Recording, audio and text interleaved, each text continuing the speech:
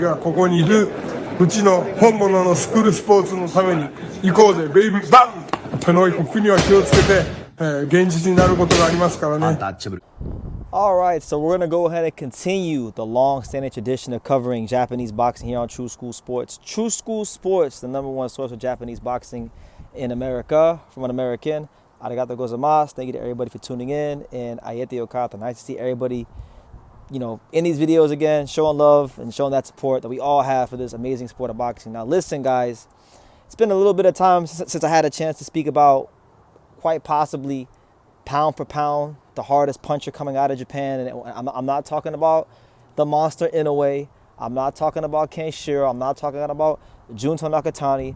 I'm talking about Masamichi Yabuki, one of the really just probably most exciting fighters from Japan, and really I think maybe the hardest puncher. He's really punching like that. But he's the IBF champion. He became champion last year when he beat the South African Sivanathi Nochinga. And he's been trying to, he did have a title defense against Angel Ayala, the Mexican, but he's been trying to find a big fight for himself.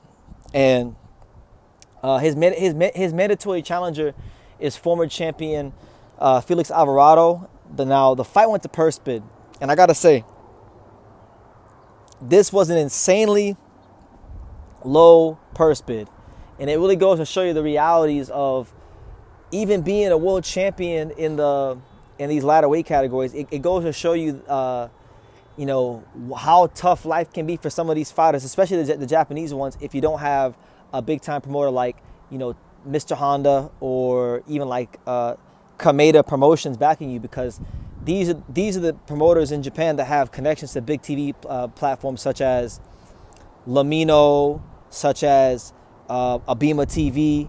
And so without big TV involved, it's just hard to generate that kind of money for even a title fight.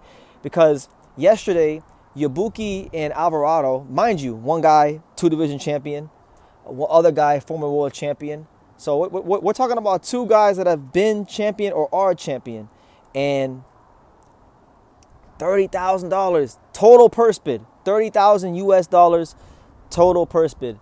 Which means that Yabuki would take home as the world champion $19,500, and what's his name?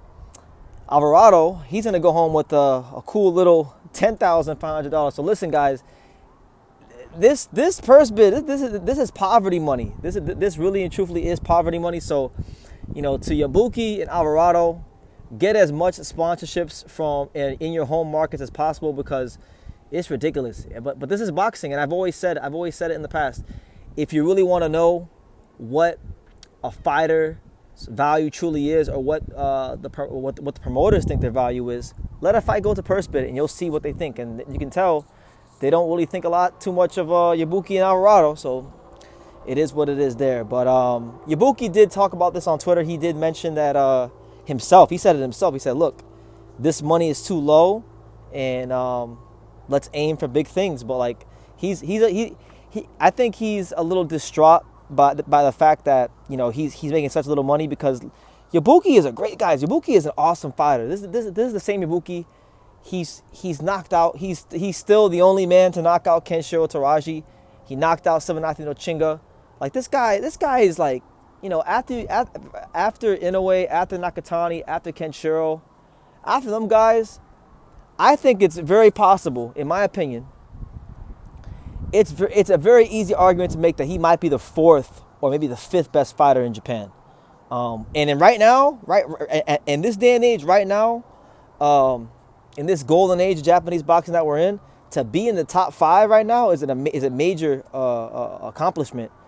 But he's not recognized as such in terms of money. So it's crazy. That's how boxing is. That's why social media is so important. That's why fighters building themselves commercially outside of the ring is really important, because if a situation like this can occur, then you can command high value, because people are interested in your career.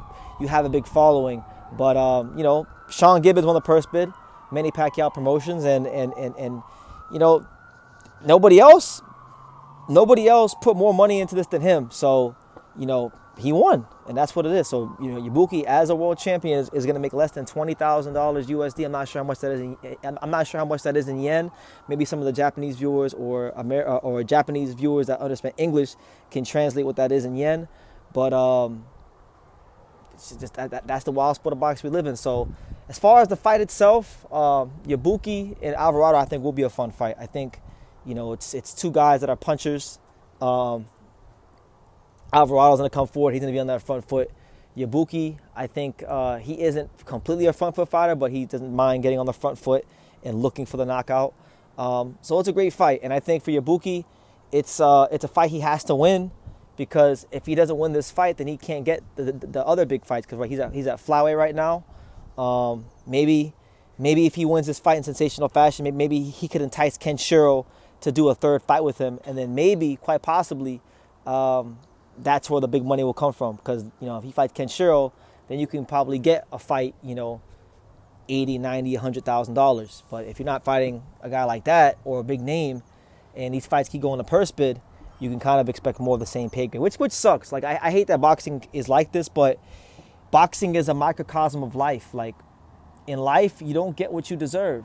You get what you negotiate. So this is why I always say, like, for fighters, having a great team, having a great jab, having a great everything is just as important as having a great team that builds you as a fighter outside the ring is just as important as your trainer who builds you inside the ring and yourself. So that's the news, guys. Masamichi Yabuki and Felix Alvarado only gets a $30,000 purse bid. The winning promoter is Manny Pacquiao Promotions. Yabuki will leave with $19,500 USD.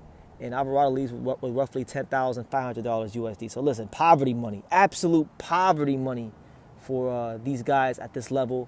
But that's the reality. So make of that what you will. Leave your comments down below. Make sure you guys take the time to subscribe. And like I say in every single one of these videos, you can love me or you can hate me.